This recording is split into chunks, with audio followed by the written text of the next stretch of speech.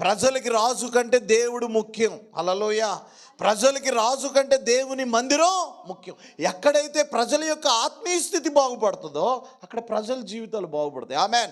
మతం మీద రాజకీయాలు చేసి, కులాల మీద రాజకీయాలు చేసి మనుషుల్ని విడగొట్టేవాడికి మనిషి విలువ తెలియదండి. ఆయనకి మనిషి విలువ తెలుసు కాబట్టి, మనిషి విలువ తెలిసిన వాడు ఎక్కడికి వెళ్తున్నాడంటే అధికారం దొరకగానే దేవుని మందిరం దగ్గరికి వెళ్తున్నాడు. హల్లెలూయ.